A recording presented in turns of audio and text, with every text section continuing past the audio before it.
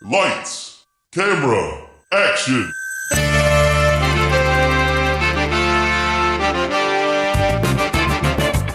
When a script is written that is so bad, no one will film it. These brave podcasters will bring it to life just so they can mock it.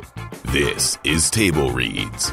So the movie's kaput, which means your script ain't worth the buffalo shit on a nickel. Table Reads with Shawn McBee, Kelly Leviay, and Joshua Baker. Hey everybody, welcome back to Table Reads. You may have noticed a new name there at the beginning, and that is Joshua Baker, who is joining us for the first of hopefully many episodes. Hello, Josh. Hopefully, here I am. My name is Josh. Nice to meet you guys. Hi, Kelly. Oh, hey. Kelly, everybody's favorite part of the show, is back. You keep saying that. Doesn't make me believe it. True. You know, it doesn't matter what you believe. Where are you coming from with this knowledge? I can't even know. I can't even know. I have a feeling. You know nothing, Jon Snow. I do know nothing. So, we are going to be doing a script sort of legend. A lot of people have talked about this. It was written in 2003 for release in 2005 that never happened. But some grandchild or nephew of this script is coming to theaters near you very soon. And that is Shazam! Dun, dun, dun, We're reading Shazam! Shazam! I don't know who was going to be in this movie in 2005. Did they I do don't any know what their casting? idea was. No, there's very little information about this script. I did a lot of research into it, and all I could find was they had the great and wonderful William Goldman write this script. That's right, we're doing a William Goldman script. If you don't know who William Goldman is, pause the show, go Google it, and then cry that you did not know who he was. I'm doing that right now. He wrote The Princess Bride, the book and the movie.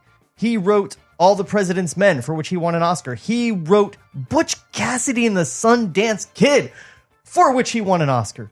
The guy is one of the greatest screenwriters of all time, so I'm sorry. You say both those movies like they deserve more praise than The Princess Bride. Well, no, obviously, The Princess Bride is one of the greatest movies ever made. So when you I'm just making Google sure we're all it, on when the you same Google page. it, that's his first. That's listed first. Which? Princess Bride. Oh, yeah, is, as it should be. Yep. Yeah, he's the greatest. So, I'm sorry, guys, this might be a really good script. We don't know. Potentially. We'll have to find out. And I do want to make a quick note about Shazam, because the title page reads, based on Captain Marvel.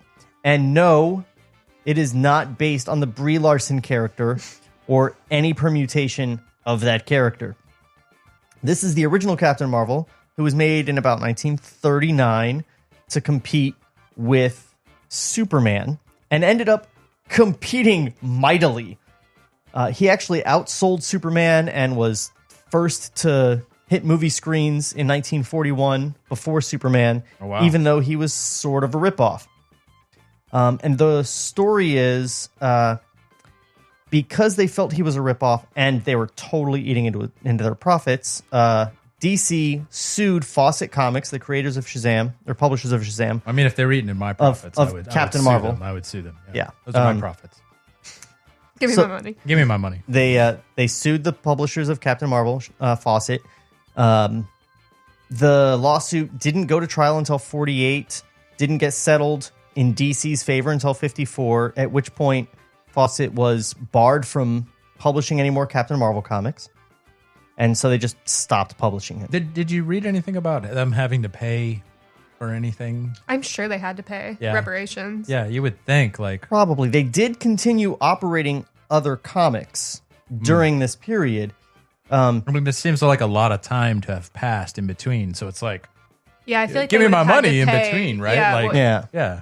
part of their profit. To So, DC. meanwhile, in about 55, Timely Comics started rebranding themselves as Marvel Comics, as Stan Lee created the Fantastic Four and Spider-Man and blah, blah, blah, blah, blah. And when I say Stan Lee, I of course mean Stan Lee with a lot of goddamn help from Jack Kirby and Steve Ditko, because those people need their damn credit.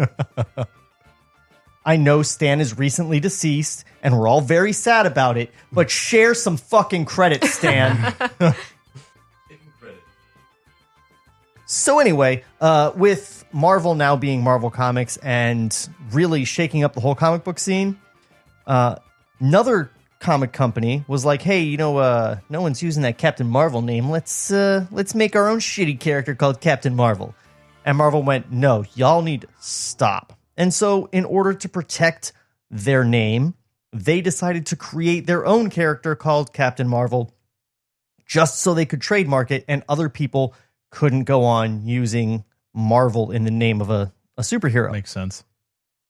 Meanwhile, around this time, DC is like, hey, that Captain Marvel character was pretty popular.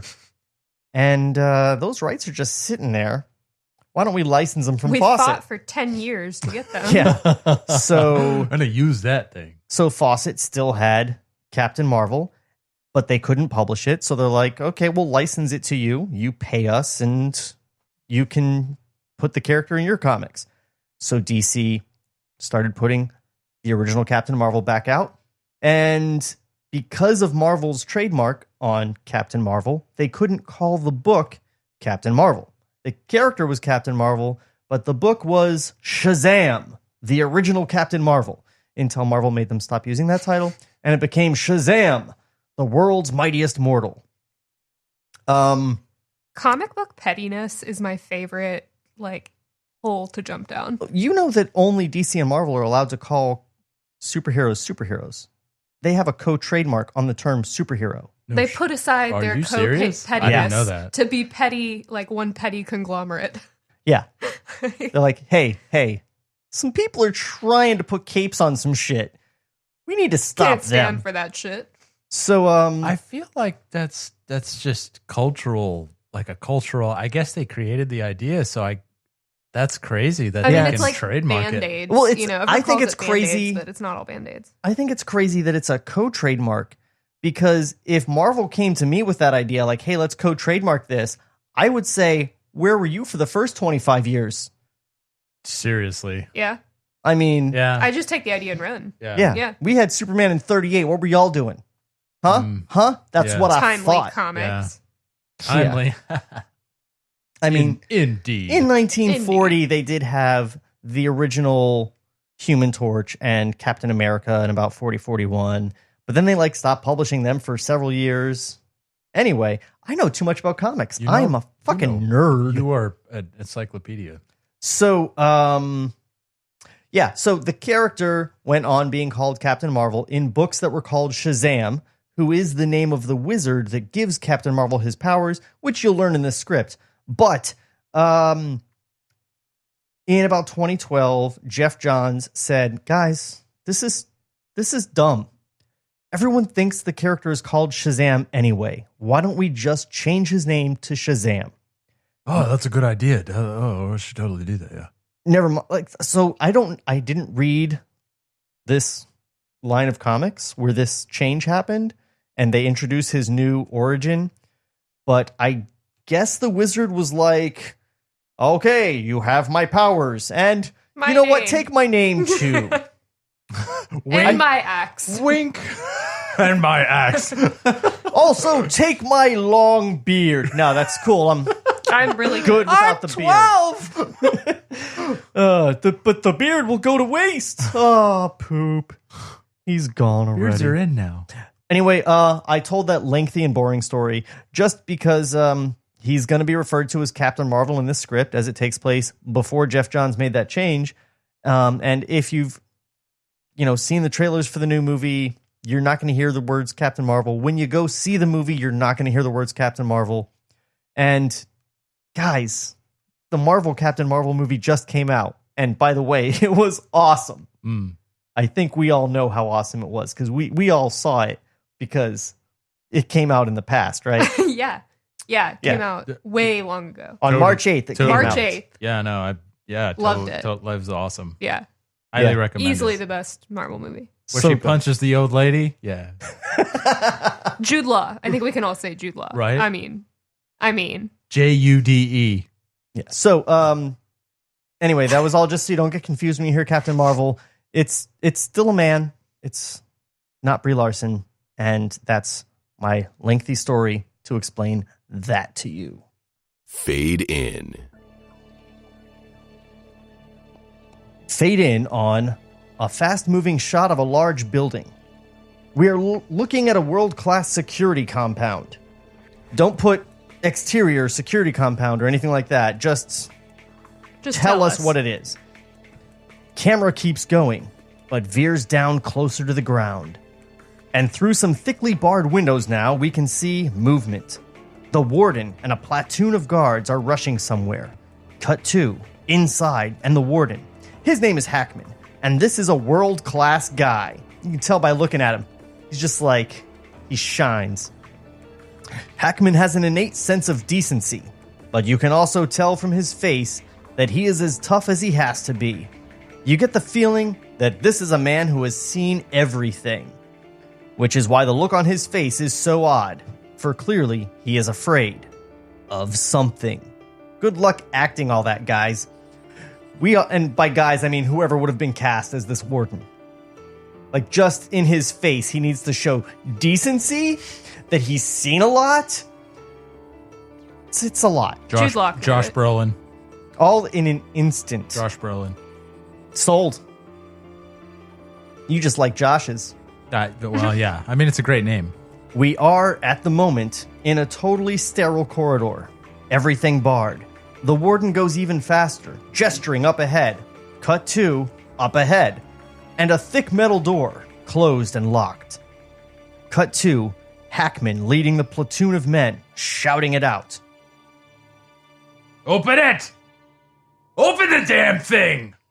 Cut 2, the other side of the heavy door, and several more guards. One of them grabs a thick key, inserts it into the lock, turns it. That's how keys work. But this door needs more than just the key. Now the guard hits a bunch of numbers on the side of the door, a very complicated maneuver, and the door slides open. Cut 2, the warden and the platoon of guards as they race through, and as the door slides shut, cut 2, the new corridor we have entered. It makes the old one seem like a vacation spa. This corridor is small and still and dark. No windows, just tiny barred squares that let in splashes of light. Cut 2, Warden Hackman, going faster than before. Cut 2, Hackman, hanging a sharp right, the platoon of guards running with him. Up ahead is another closed door, a much thicker closed door. Cut 2, behind the door as several guards work on the combination to this massive piece of work. And cut 2, the warden, not even breaking stride as the second door slides open. The third and last corridor is the darkest of all. It's like on the Satellite of Love on Mystery Science Theater 3000, where it opens up all the different doors to go into the theater. Exactly. The last door is just made out of pencils.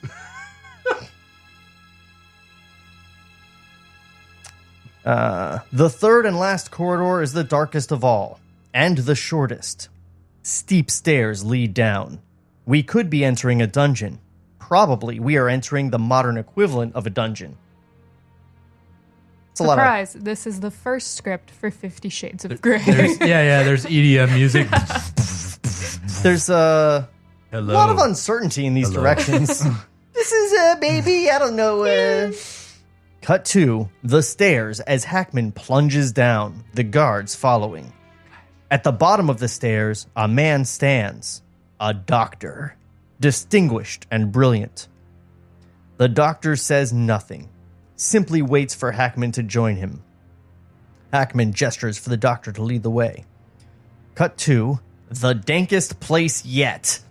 Hey. A tiny short hallway. Scary. At the end, a single cell. A paramecium. Yes. We could be looking at the most desolate place on Earth. Could be. Don't know.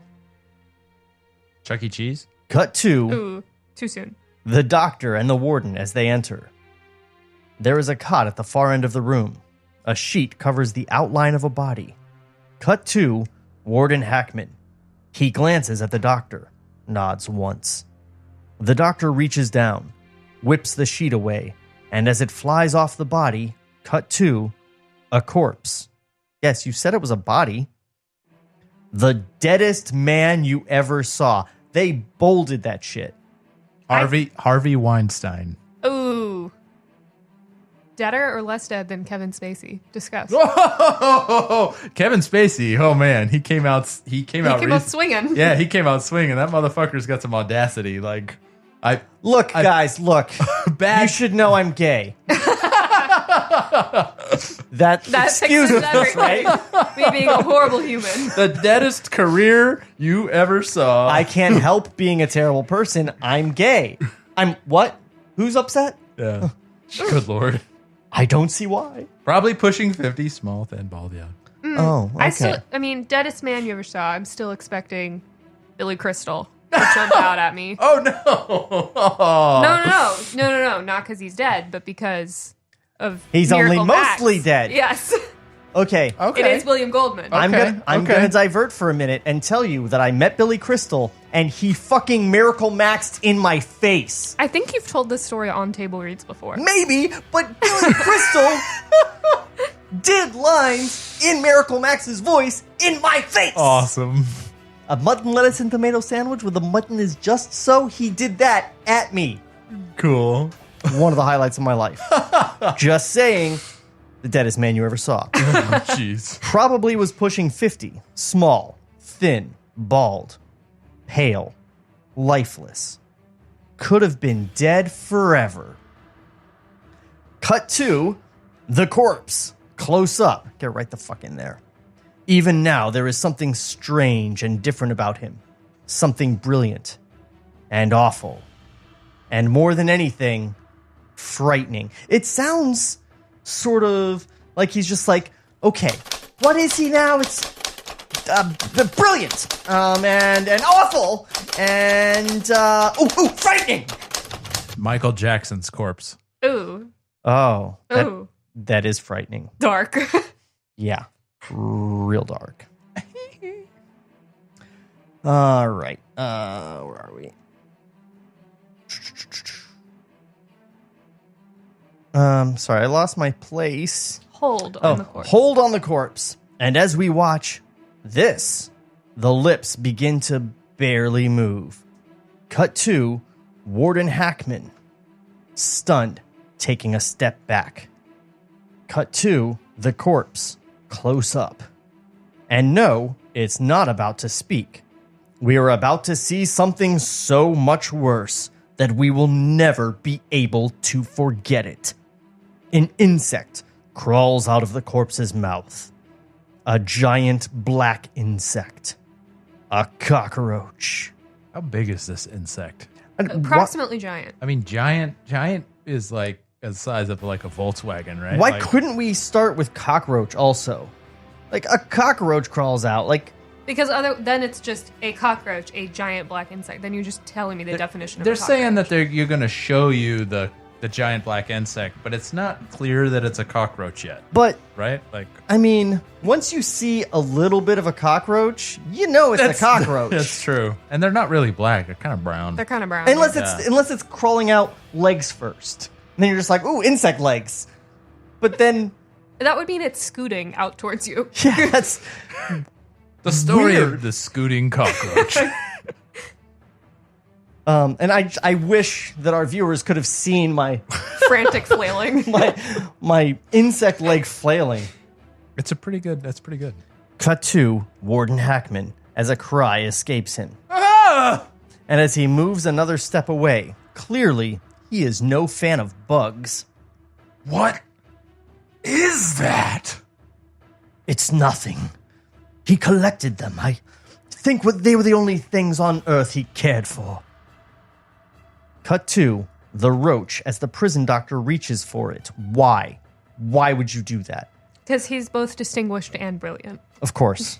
I stand corrected, I'm sorry. But the roach escapes, scurries underneath the corpse.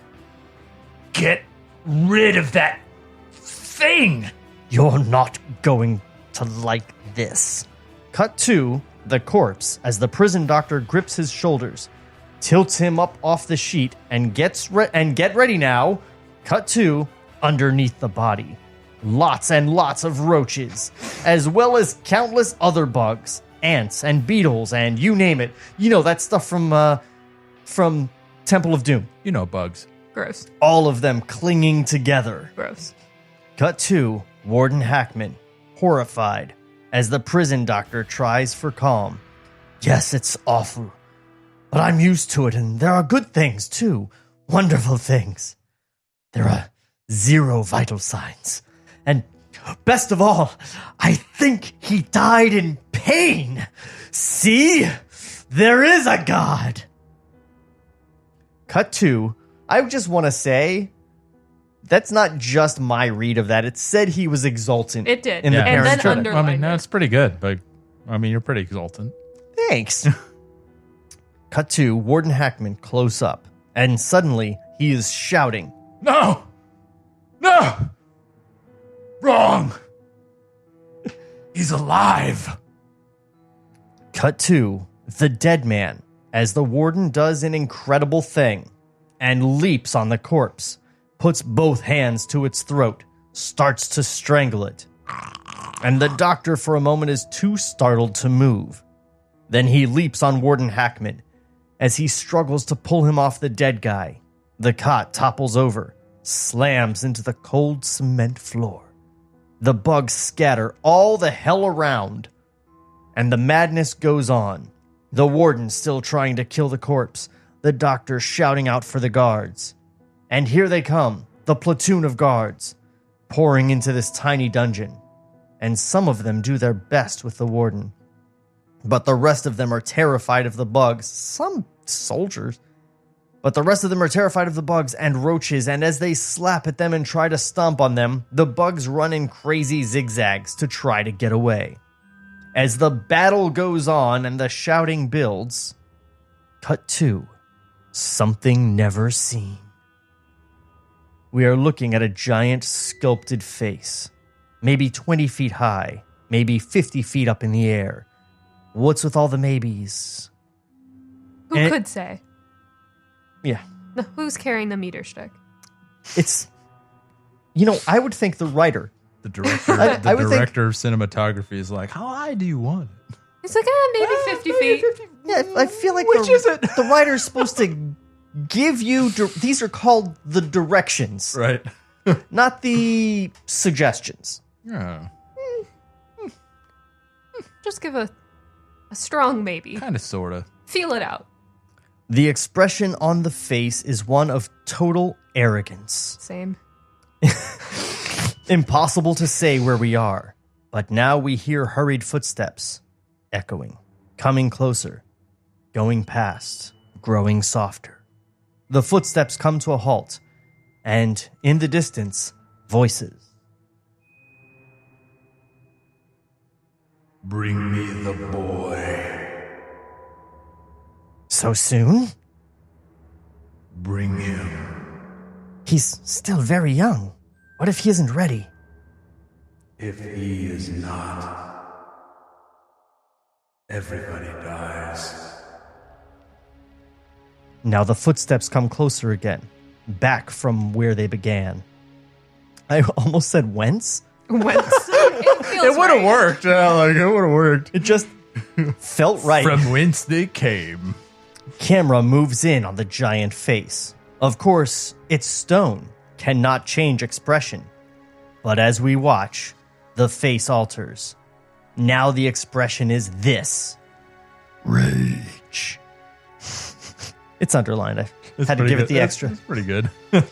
Hold on the angry giant statue. Cut to a building of genuine, tranquil beauty.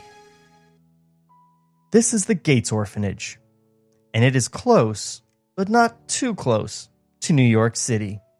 So, like Jersey. So you can't get any good pizza. Yeah. It's not Yeah, it's close like, to that. You're Terrytown, maybe. That's pretty close to New York. Rochester. In the front, there is a lovely lawn, gorgeous trees, children are playing. Camera starts to move toward the building.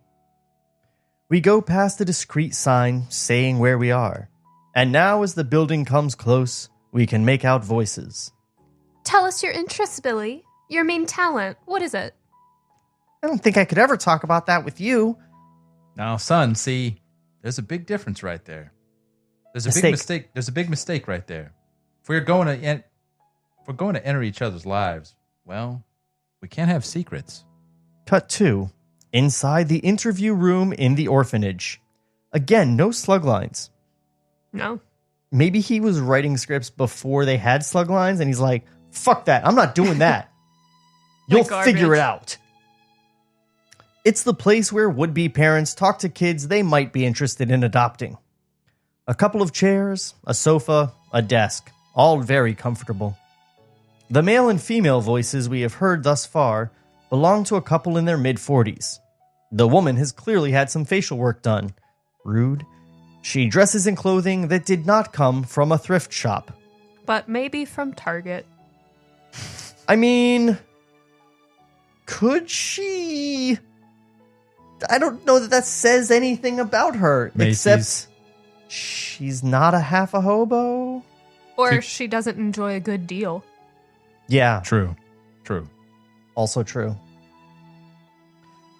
The man is just flat out rich. He's wearing nothing but monocles. Head to toe monocles. Monocle armor. Everything about his manner speaks to that. A very confident fellow. See, he's so rich. He's a fellow. The script refers to him as a fellow. I promise you can talk to me about your talent, whatever it might be. And I will be proud to hear whatever you have to say. Cut to Fatal last words. Billy Batson. And this is our guy, folks. We don't know what's going to happen to him, and he sure doesn't know what's going to happen to him. I have a fair idea what's going to happen to him, because this script is based on other stuff. Just saying. But right now, what we see is plenty good enough. We are looking at an 11-year-old boy. Is he the handsomest kid you ever saw? No. But if you were his parents, you wouldn't find a lot of things wrong. Because he's an orphan and you're dead. Oh. Is he the smartest kid on the block? No again. But he's never been accused of being dumb. Good athlete, sure. Popular, sure. Decent, kind, all that. You know, he's like a just real middle-of-the-road kid. Just bleh. He's vanilla. He's tapioca pudding. He is a vanilla child. Sprite. I think Sprite's got some kick to it. I mean, with vodka in it. Yeah. How white are you? So, look at me. What is the sun? Occasion. I love Sprite. Can't convince me otherwise. You know, I said that's so white because their ad campaign trying to make them the hip-hop drink of choice has not worked. What? What ad campaign? Oh, You didn't know that Sprite was for ballers? You have not seen a Sprite ad in the last like 5 or 6 years, I guess, because it's all like rappers and basketball players. Kobe Bryant is the voice of Sprite. Wow. Yeah. Wow. Yeah.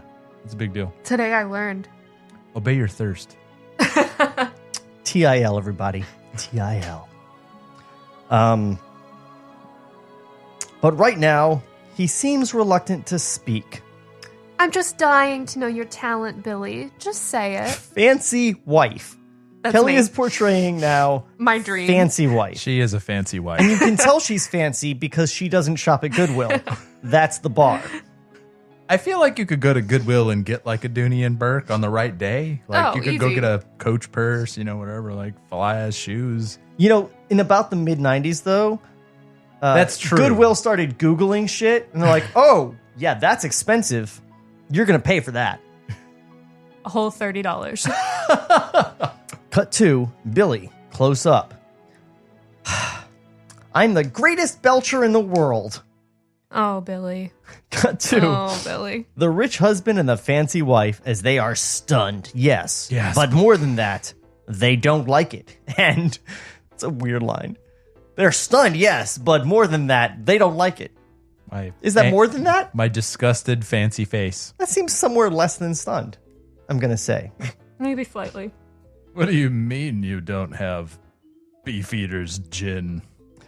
Cut to the rich husband and the fancy... Oh, I just read that. Idiot. Cut to Billy, so upset that he's upset them. And the words just tumble out now. I know. You think I must be the most conceited kid ever born, and that's why I hate talking about it, but it's true, it is. I really am great. Just listen. And now, from Billy, a mighty belch indeed.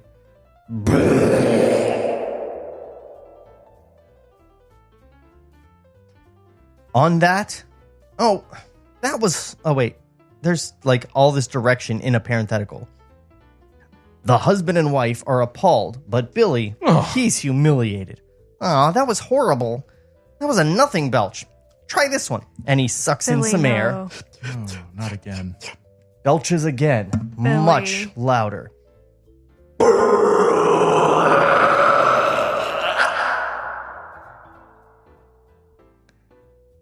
Even that wasn't close to what I can do when I'm not under pressure like I am now, because, well, you guys are so great, and I really wanted to impress the shit out of you. The rich husband and fancy wife are on their feet now. Come, fancy wife, let us leave in our Rolls Royce. What? Well, I Indeed, indubitably. Good God, what have we done? Oh, I don't know how that word popped out. I never use that word. I mean, crap, sure, sometimes I say crap, but hell, who doesn't? He brings his bare arm up to his mouth now. I'm pretty good at this, too. He begins making very impressive farting noises. Those aren't very impressive. I'm sorry. The husband and wife take off out the door, and the sound of a bouncing basketball is heard. Cut to Jenny Ritchie, practicing her through-the-legs dribble on the court of the orphanage. Jenny's just 15, and when we see her from a distance, we think several things. Yeesh. Are these websites, have you been visiting these websites, sir? Is this you in these photos outside the orphanage? Dribbling. Oh, no. We think she is clearly a tomboy. Okay, that's better. And from the skillful way she handles the ball, also a, jock. Oh, good. And more than likely, smarter than most. I like this Shire music. Camera moves in. And pay attention, please, because if Billy is our guy, Jenny is our girl. Her figure she keeps hidden with baggy shirts, but it's just about perfect. William. For a 15-year-old girl. Yes, for this child. I read this book. With It was a called banging figure. Lolita by Victor Nabokov. It's okay. At this point, William Goldman was only like 80. It's worse. 2003, folks. Still not You okay. know what? Not He's better. thinking, she has such a nice figure. I'd just love to give her a hard candy. A Werther's Original. Some pawpaw candy. This podcast brought to you by Werther's Original. Give it to little girls, you creepy old men. Ugh.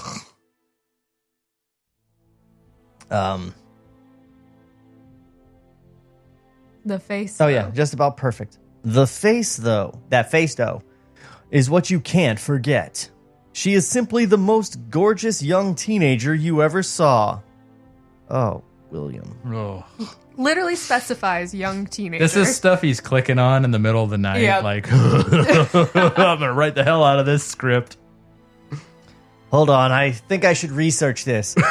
Gorgeous young teenager. Basketball between the legs pass. Oh, man. Ping pong balls, not enough. Oh, God. Ugh. Whoa, moving on. This is a happy orphanage. A very happy orphanage for some people, apparently. The face, though, is what you can't forget. She is simply the most gorgeous young teenager you ever saw. The hearts that are going to break over this one, numberless. Now she glances over toward the path that leads from the main building of the orphanage to the courts. Billy is walking toward her, talking to an older man, who, by the way, is pretty terrific himself. the orphan who became a billionaire and built the finest chain of orphanages in the country. McOrphanage. My franchise. Chain of orphanages. Buy one, get one. Have you ever heard of such a Tuesdays, kids thing? eat free. How do you franchise that? Like, how do you sell that idea, right? Franchise? A chain of orphanages. Think of all the superheroes who have orphanages, though. That's true. I mean, in the They're all comic from book this guy. in the comic book universe, yeah, they're all. That's true. Yeah. That's how this guy became a billionaire, I'm sure. Selling children? How do orphanages work? If you build it, He they just will made sure he come. killed all the parents. He's like, we need more orphanages to fill the orphanages. It's like, damn it! I didn't think about the Wayne boy's butler. His name is Augustus Gates. He just didn't take to me at all, Mr. Gates. The truth is, I'm kind of bummed. It would have been nice being rich. How much of this do you actually expect me to believe? 50% would be good. Do my best. He waves to Jenny. These are his two favorites. Remember, I need you both for the field trip. About half an hour. He peels off down another path as we cut to Jenny, concentrating on her game, as Billy walks up behind her and she hits him with a blind pass. Dead solid perfect it was, too, which he takes in for a layup, returns it to her behind his back. You got rid of them fast. Oh, Jenny, I was great. They were out of the door before I had a chance to fart. Can't break up a winning team, that's what I say. They begin a fast break down the corridor together, the ball almost never touching the ground. That's called traveling. You're not supposed to do that. And what we are looking at is this: a sensational kid with a crush of a lifetime on his dream girl. Is he sensational? Didn't we specifically say 2 pages prior he was is completely average? Mediocre. Let me At reread it, best. I'm sorry. And what we are looking at is this: a meh kid with the crush of a lifetime on his dream girl. The most attractive young teenager you've ever seen. When meh meets hubba hubba. An equally sensational budding woman-to-be. That's creepier than anything else he said about her. Yeah. Also, Budding woman-to-be. The budding word is... also equally sensational. He's now also calling her average. Oh, no. Oh, no. Poor Take Jenny. her down a notch. Who never had a little brother, but who has one now. Good thing her parents died, right? Yay. Yeah. Just for you, Billy. Thank goodness. They adore each other, annoy each other, spat with each other, cradle each other from pain. But life has plans for them. Yeah, it's a movie. We figure something's gonna happen. Also, that's just how life works. Yeah, Stuff happens. life is what happens to you while you're busy making other plans. What is that quote? Some guy said that, I don't know. Some dude. I was like, you're Tony Robbins shit right there. Yeah. Like, Cut to the orphanage children coming up the stairs out of the subway.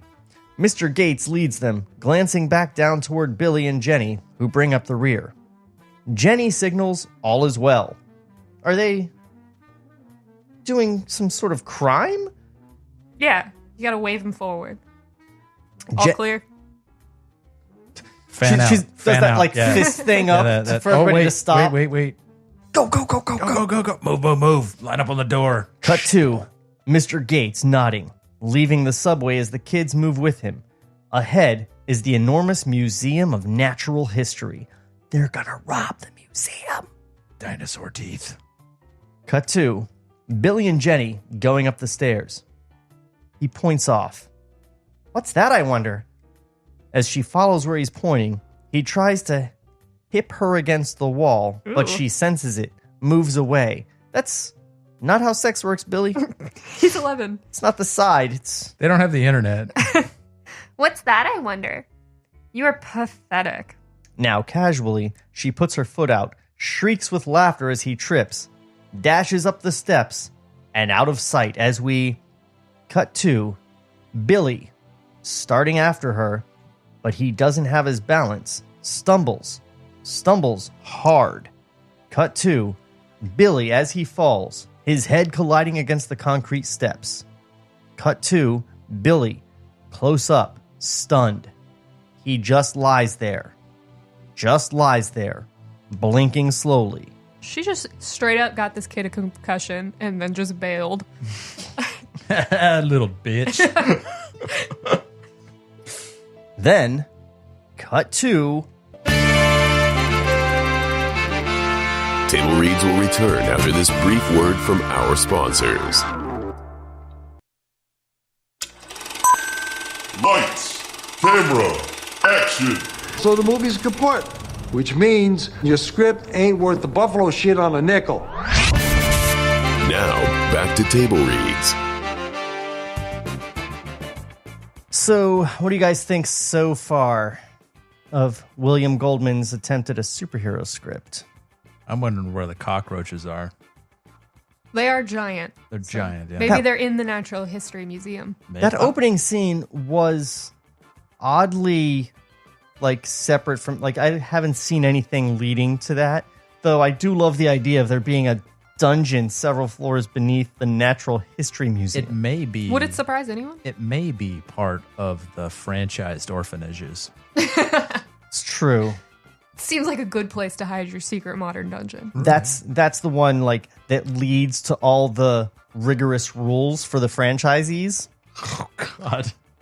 Because people are complaining, well, there's a cockroach corpse at this orphanage. What? That's not supposed to be on the menu. That's Thursday. Happiness and sunshine are supposed to be on the menu. It's in the wrong room.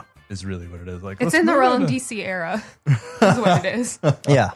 It's an accidental part of a Batman script that just fell into this one. I like how the really fancy wife and the rich husband went to the orphanage. They couldn't...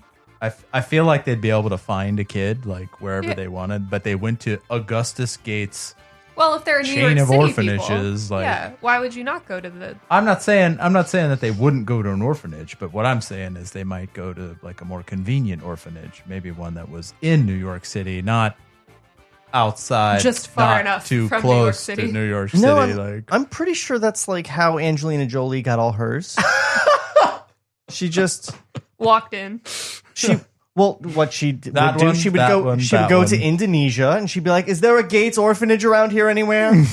No. And then she would go there. What kind of garbage country is this? And she would get the menu and look through, and then Fade in. Cut to a mysterious-looking man moving into view. He wears an overcoat and a wide-brimmed hat that totally covers his face. His face is something we never see, but when he speaks, we realize we have heard the voice before. He was the man that was talking to the wizard. You can tell because he's listed the same in the script. Are you all right, son? Billy manages a nod. Then come with me. I'm not supposed to go places with strangers. I'm not really a stranger. We just haven't met yet. Super creepy. Yeah. Cut to the mysterious man in close-up. I thought we never saw his face. And now, when he speaks, his voice softens. Get up, Billy Batson. You know my name? Wait, it's not a question. You know my name? The wizard has told me more than your name, Billy. I know you arrived at the orphanage 10 years ago during a terrible blizzard. I know your worst subject is grammar. I know your favorite food, and you're embarrassed about this, is broccoli. Okay, I'm sorry. I gotta be that guy. Kelly, I'm sure you're on board with me here. William Goldman, one of the greatest screenwriters of all time, misspelled your. Yikes. I mean, I don't know. I love the man, but his treatment of Jenny thus far has me a little less enamored. You know what? Willing to forgive that. The your thing, can't get past it. Sexualizing a teenager, you're willing to get past, but not grammar. 15. A budding woman to be. The your thing, though, Kelly, come on. I mean, I'm with you on it. I don't say that it's worse. I'm willing to rationalize one. That may If be I a have problem. to pick one, I'm willing to give him the benefit of the doubt and say he doesn't know how creepy it sounds That's on the one probably hand. fair. On the other hand, motherfucker should fucking better know better. Fucking better, know better. Yeah. a T-shirt. I brought the Tarantino into that. Motherfucker better should know better. You know about the broccoli? I'm just warming up. I know how much you care for Jenny, even though she's beating you 6 straight games of horse. 5 straight. 6. You're forgetting late yesterday afternoon. I did forget that one. Yeah, this guy is creepier than the screenwriter. Yeah, he's sitting in a van across the street from the orphanage. Cut to Billy watching as the mysterious man goes down the stairs. Wow, I saw watching as the mysterious man goes down and my heart sunk for a second. Shazam! Shazam! Goes down the stairs into the subway station. A beat. Billy scrambles to his feet. Starts to follow the mysterious man. What else do you know? Ask me anything. And from that, cut to the subway station.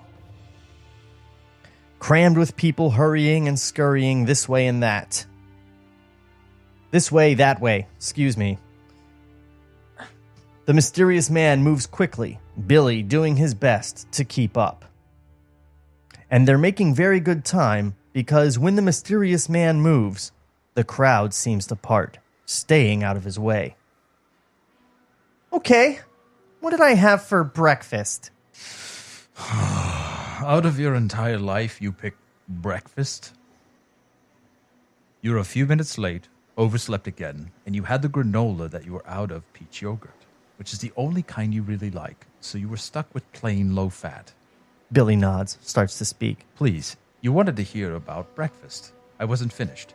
You hate plain yogurt, but you managed to get most of it down by making horrible faces as you did so. Then after your repast, you disgusted that rich couple, and then Mr. Gates needed you and Jenny to come help on the field trip. Cut to a subway platform. Many people waiting for their train. The mysterious man keeps going along the platform. Billy right alongside. He's comfortable with the mysterious man now. Because when someone reveals that they've been stalking you, that really puts you at ease. I love it when they watch me eat my yogurt. My gross peach yogurt. Cut to the end of the platform. Nobody waiting this far out. Cut to the mysterious man as he reaches the end of the platform. A small locked janitor's closet is the only door around. Watch your step. Cut to Billy doesn't get it. But now the mysterious man makes a hand gesture, and as he does, you can hear a lock turning. Aloha Mora. Next, he opens the closet door, moves some mops and brooms, taps the rear wall. It opens, revealing diagonally? Revealing a staircase. The mysterious man starts down the staircase, beckons for Billy to follow. Billy hesitates. Yeah? I know you ate the yogurt. Come with me, Billy. I've got some yogurt. Oh, no. In my dungeon. You're sure this is the right way and everything? Oh, please. Billy follows the mysterious man down the stairs. As he does so, the door booms shut behind him. Billy manages to stay calm. The staircase ends. We are at a different subway platform. This one is deserted, dark, silent, shadowy. Let me also add spooky. Spooky. Let me also add spooky. That is what the script says. Let me also add spooky. How do you shoot that? Like, I want to know how you let me also add spooky.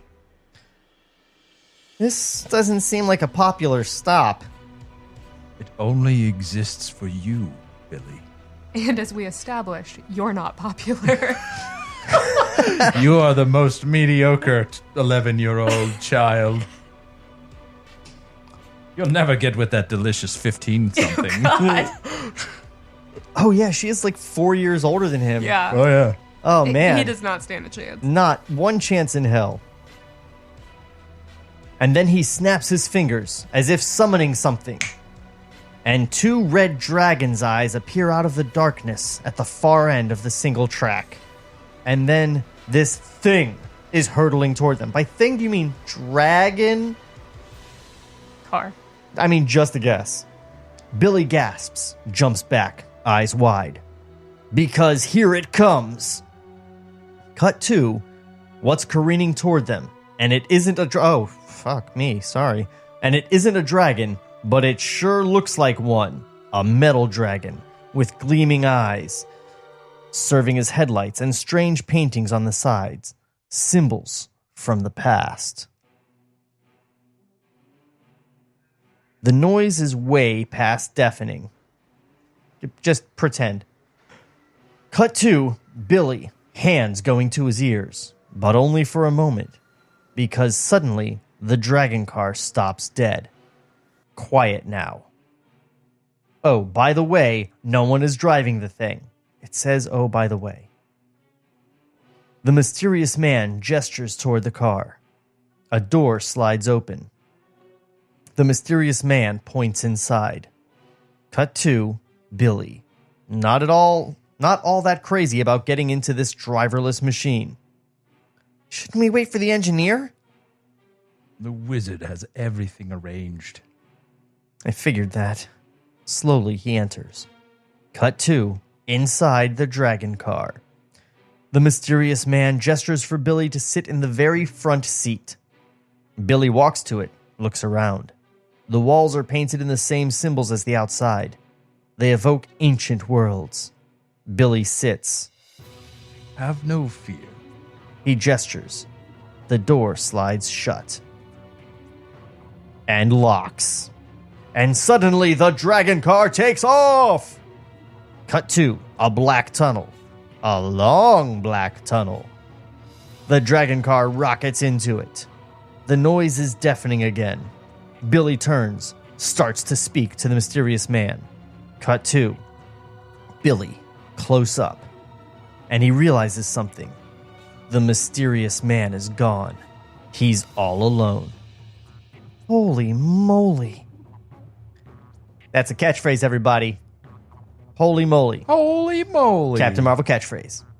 Cut Damn. to the dragon car. Lights piercing the black tunnel. Nothing can go this fast, but it is. Cut to Billy, desperate not to lose control. Have no fear. How? I'm a kid.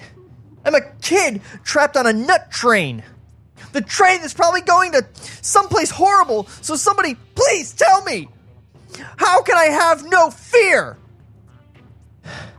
There, that helped. Cut to the dragon car roaring through the endless black tunnel. Cut to Billy as he decides to get up, but he can't. Some unseen force is holding him helpless.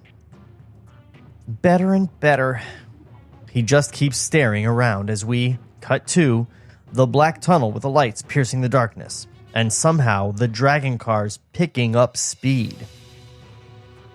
Cut to Billy, holding tight to his seat.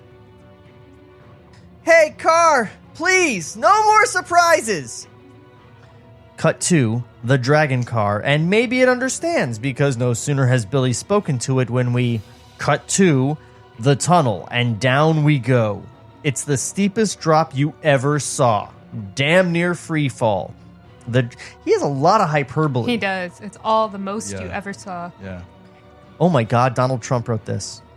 This is the best dragon car. You've never seen It's the steepest drop you ever saw. the best dragon car. The dragon car still clings to the tracks, but the noise is worse than ever, and cut to Billy holding to his seat for dear life. Cut to the tracks. The lack of dragon seatbelts. Still down, down. But at last, to coin a phrase, there is light at the end of the tunnel. I don't think he can coin that phrase. Wah, wah, Now, I'm pretty wah. sure it's been coined. Yeah. If not, someone should get on that. First, just a speck. Then, more than that. Cut to Billy? Billy. And we stay with him now as he feels the train slow, then glide to a stop. The door slides open. He stands, nothing keeping him down anymore. And step by cautious step, step by step, day by day, and looks around. Holy moly. Cut to a subterranean cavern. The king of all caverns. The king of caverns. Gigantic doesn't do it justice. 3 lines. Cut to Billy standing there, stunned. What is this place? Where are we now? He glances back. Cut to the dragon car. And as we watch, it could be getting ready to sleep. The lights go out. The door slides shut. It seems to be settling in for a while. Cut to Billy. Okay, can't get back inside the car. Now what? That's all direction. At the very end of the cavern, he can make out a light. So step by small step, he starts moving forward and glances around, looks up, gasps suddenly as we cut to the giant sculpted stone face we saw at the start. Well, the start after the cockroaches, but before the orphanage. So Yeah. not quite the start. The second start. 2 starts. 20 feet high. Not a question this time. He knows. He knows. We got that meter stick. Lit by flames, 50 feet up in the air. All right. least we're consistent. That's also set in. The expression more arrogant than ever. So you arrogance, rage, now even more arrogance.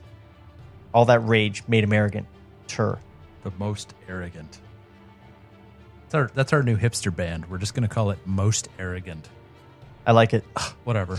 And now, and now the camera makes an unexpected move. The camera makes an unexpected move. Did you not see him credited on the crew list? Camera. It does a whip to the right, and you're like, what's up, guys? Welcome to my YouTube channel. Completely unexpected. That would be very unexpected. It pulls sharply back and reveals PewDiePie, still with a career. Casey Neistat riding his skateboard. And it pulls sharply up. And we are standing at not one giant face. No, there are 7 of them. And beneath each of them, there is a fire. And by the fire are their names. First is Pride. Pride. This statue looks like Kelly. No, That- not wrong. Then comes Envy. This one looks like Trevor? I don't know. Followed by Greed. Greed. And the last 4... No. Now you've got to have one for everybody. You've set a precedent. Trump. And the last 4. Hatred. Hatred. Who's Haiti? Trump supporters. All of them. Just amalgamated. And selfishness. Selfishness. That's Mitch McConnell. I'm getting real political now. I was going to say, I'm on the pedestal with Trump and Trump supporters. This Oh, feels no. really mean. Bring it back. Bring it back. Laziness. That one's Trevor. Laziness. And last of all, injustice. Injustice. It's just the Statue of Liberty now. You didn't put yourself on any of these. This feels a little biased. I'm awesome. You read it again. How about they're not anybody? Too late. You've made Bring it back. proclamation. Reel that back in. They're or they're all Kevin Spacey. Oh, that's true. Yeah, that that's fits. yeah, you're not hey, wrong. go to the next line. It helps you out, man. And high on the cavern wall, over the 7 statues, are these words: the 7 deadly enemies of man. Kelly is a female. Oh, true. Wow, way to gender me. But Kevin Spacey, because 7. What's in the box? Exactly. I kind of offended that they were going for the 7 deadly sins, and then they were like, Well, they had to take it Copyrighted. away from Religion. Judeo-Christianity because of what Shazam stands for. True, that's true. Because he's a wizard. But they still use 3. They're like, we can't find any synonyms for these 3. So Injustice. That's not even one of the. Oh, it is. It really is not. Like, no. that's a video game. Cut to Billy holding his breath, and he's moving past them, staring up as he goes. And now here's the scariest thing of all. As he moves, their eyes seem to follow him. That is underlined as if... Every adult in this entire script just stares at kids. Yeah. But including the statues. But that's underlined. Their eyes seem to follow him as if that's some like mind-blowing development. Like we didn't see that in Scooby-Doo. Cut to Billy holding his breath as he's moving past. Billy. This is not a nice place. I thought we said at the start no one had ever accused him of being dumb. He's not going to score real high on the SAT. You know, they just maybe don't bother. Like, they're not going to make the accusation it's when Billy. it's clearly It's Billy there. Batson. He's- He get technical figure it out. school for sure.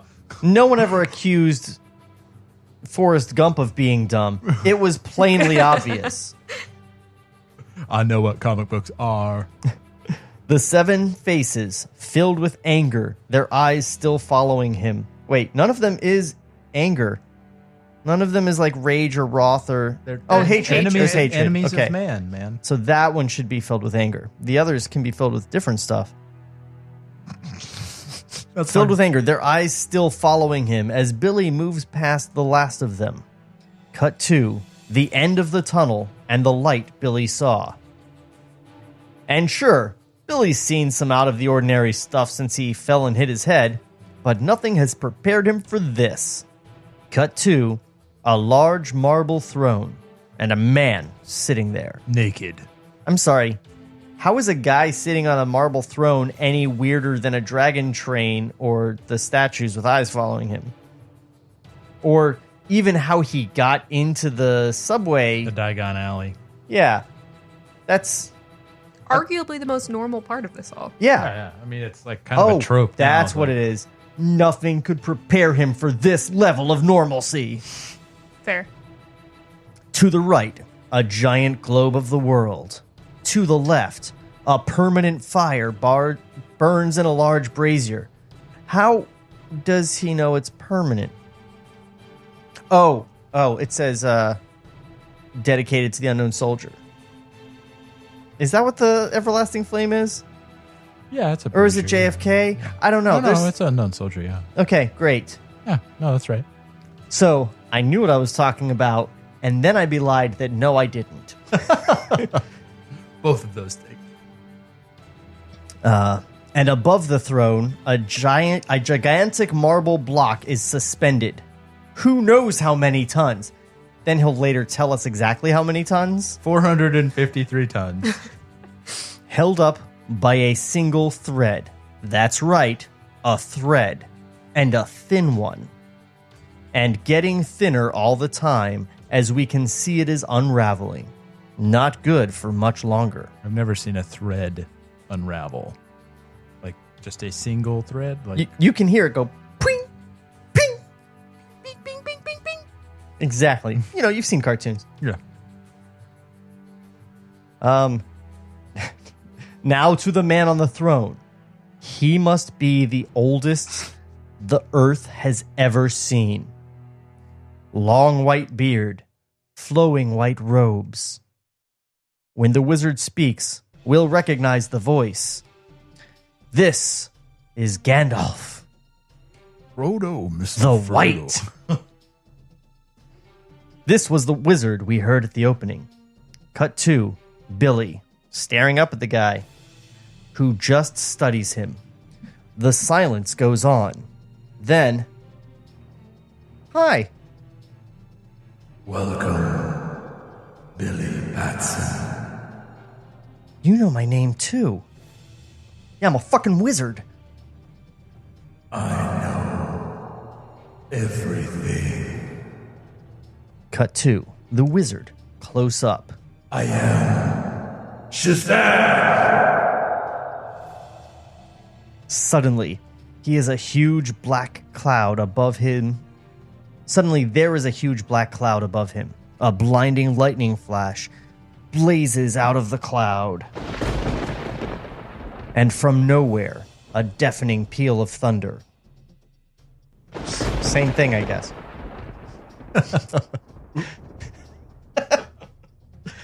Cut 2.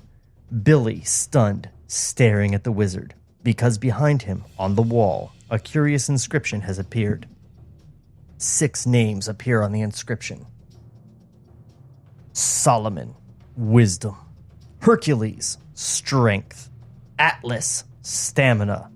Zeus, power. Achilles, courage. Mercury, speed. Cut 2. Why, just out of curiosity, did we use Solomon from the Bible and then 5 Greek gods? Because we needed an S.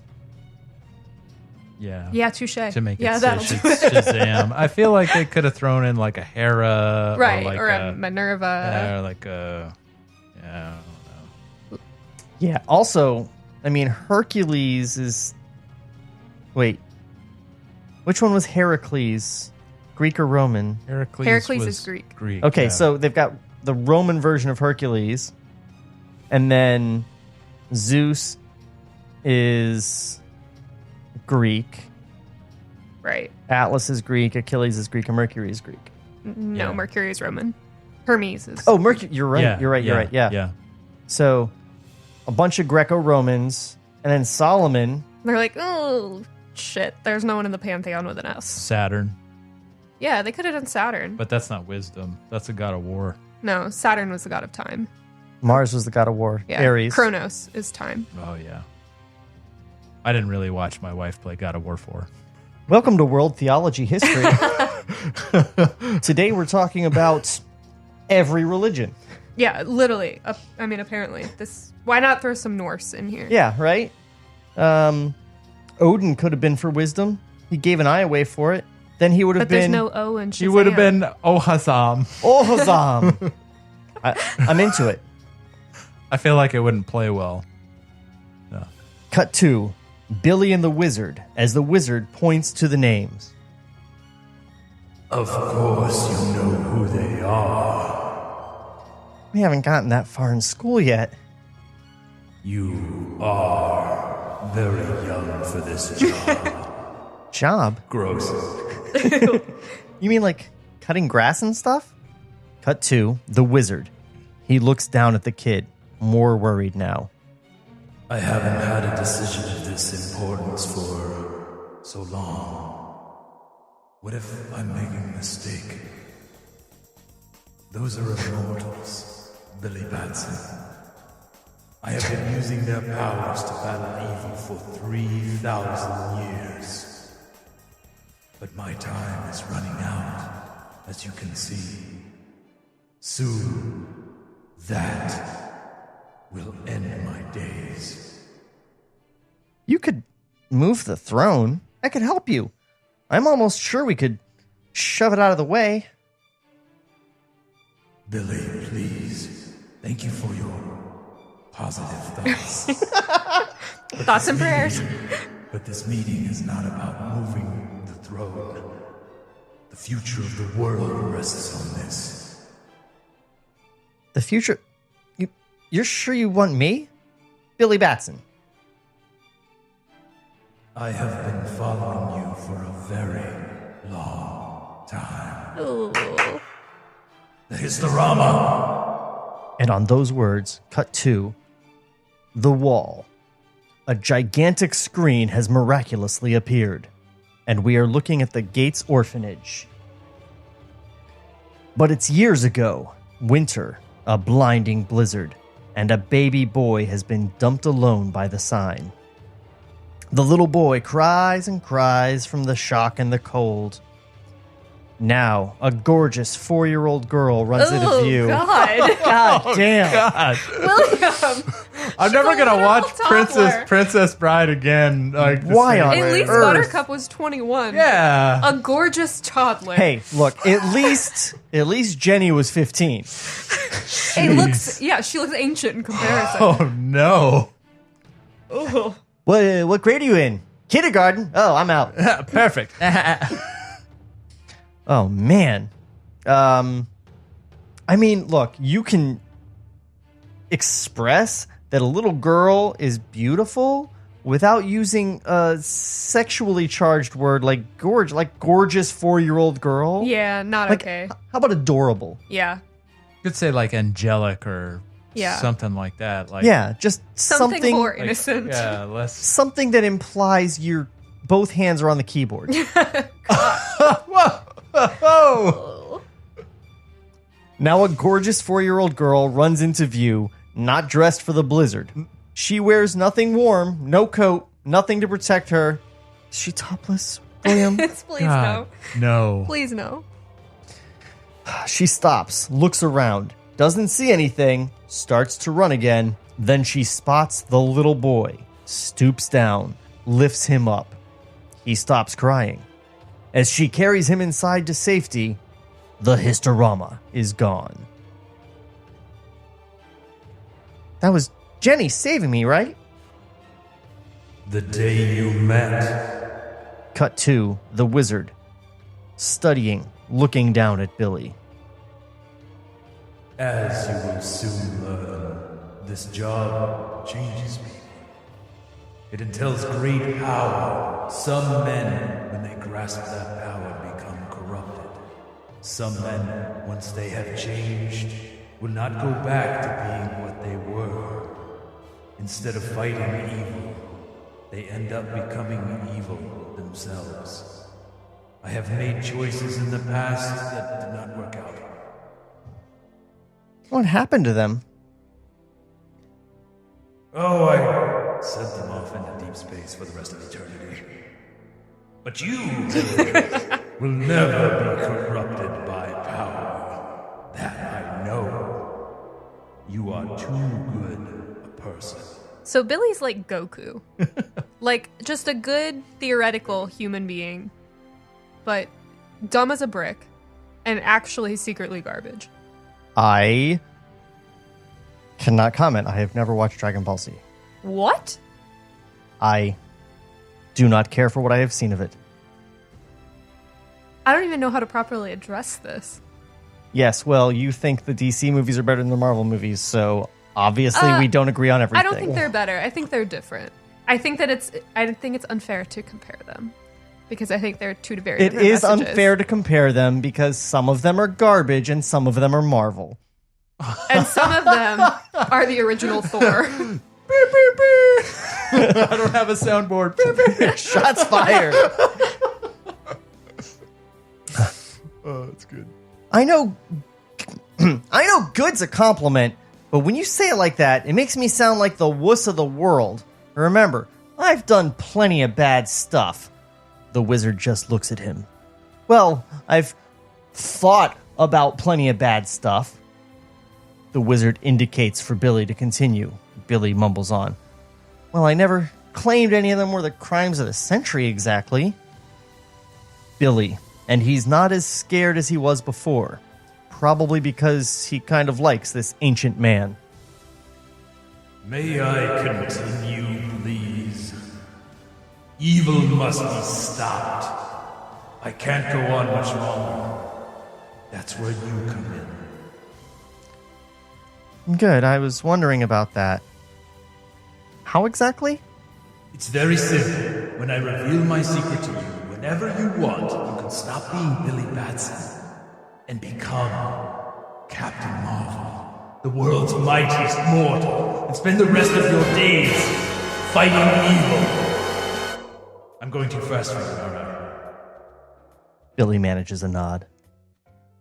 I tend to prattle on one of the problems of old age. Just say my name. Say it! Cut to Billy. extreme close-up. And here it comes.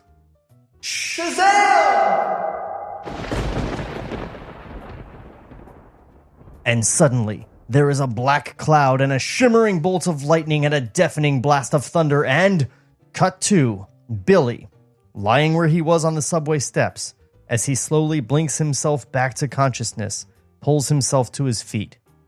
He takes a deep breath, gathers himself, and starts quickly up the steps as we cut to an enormous, incredibly modern laboratory. The best, biggest laboratory you ever saw. These are the best microscopes you've ever seen. Pull back to reveal 3 men. Warden Hackman, who we saw earlier, is one, but he is a different man now, wildly nervous, and his face bears the scratches from the scuffle in the dungeon. It's our new album, Scuffle in the Dungeon. Hell yeah. The prison doctor is also there. He too shows signs of the scuffle. It was a battle before, right? Yeah, a battle against the bugs. The Battle of Talk Bugs. about some... Battle of the Bugs, yeah. Yeah, the Battle of the Bugs. It's a very, very famous battle from the times, Yeah, the it was history. Wounded Knee, and then it was Yeah. the Battle of the Bugs. Yeah. That's a little revisionist history, right? If you say it enough, man, people will be like, the Battle of the Bugs was the worst thing. they're like, it was a battle, and the bugs won. So they're like, there was this scuffle.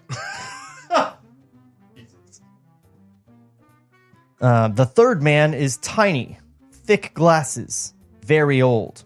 He speaks with a German accent, and we will soon find is as brilliant as any scientist around. Everyone in the script is brilliant, Oh, yeah. Except Billy. except Billy. But also somehow frightening, and also spooky, and there's just... Distinguished. The best, the It's like worst, he the biggest, just- and the deadest. It was like he was carrying an armload of adjectives into the room, and he just dropped them and was picking them up at random. Or like his kid was picking them up and handing them to him as he was writing. Written on Oh, blocks. there written we on go. blocks. There you go. Oh, okay, here we go.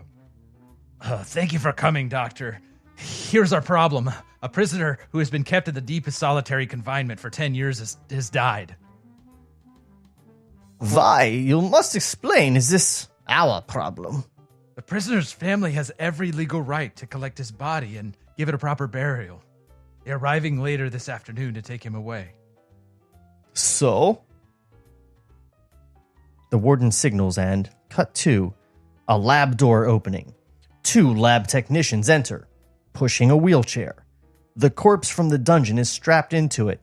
You gotta strap a dead man down. Yeah, just in case. Oh, it might fall off. And if a dead man can look even deader, oh my God. well, this guy does. The German scientist approaches, looks at the corpse carefully. Until your retirement, sir, you were leading expert on death and dying. Cut to the warden, and he hesitates a moment. The prison doctor is staring at him and clearly thinks he's crazy. I need your help. I'm going nuts on this. The doctor nods as if to say, "You sure are," But in spite of appearances, as he gestures to the corpse in the wheelchair. I know he's faking, and you've got to help me prove that. Cut to the German scientist. He turns from the warden to the dead man, back and forth, and he is not smiling.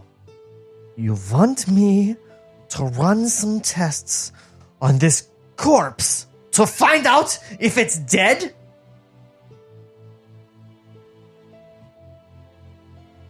Pointing to the corpse. Take a peek, why don't you?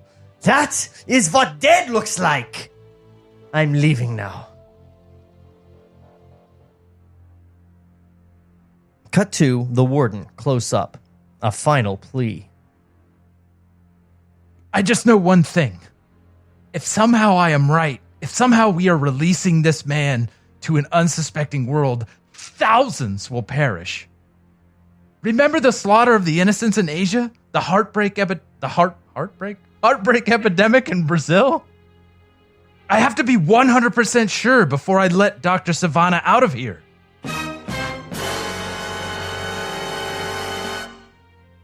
That makes sense to anyone who is familiar with the comics. For that bum to be there. Cut to the German scientist, close up, stunned. This was Savannah? Oh my god. How much time do I have? Going to the corpse. His children came for him in 3 hours. Come for him in 3 hours.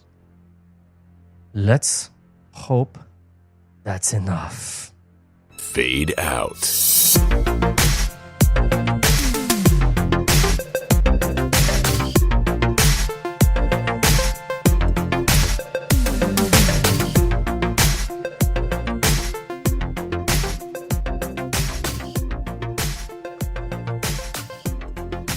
So we've established our villain. Dr. Savannah, the dead guy. We Or the German scientist. What's that? Or the German scientist. Yeah, this is a random German scientist. Apparently, I he's thought the the leading German expert in death and scientist. dying. I actually thought the German scientist might be Savannah, but I didn't expect it to be the corpse. I just knew this character was going to turn up. He's in the new movie too, isn't he? I don't know. I really don't know anything about the new movie. I think there's a picture of Talkie Tawny at some point, who is his talking bipedal tiger friend. I'm looking. Yeah, Mark Strong is playing Dr. Savannah. Oh, great.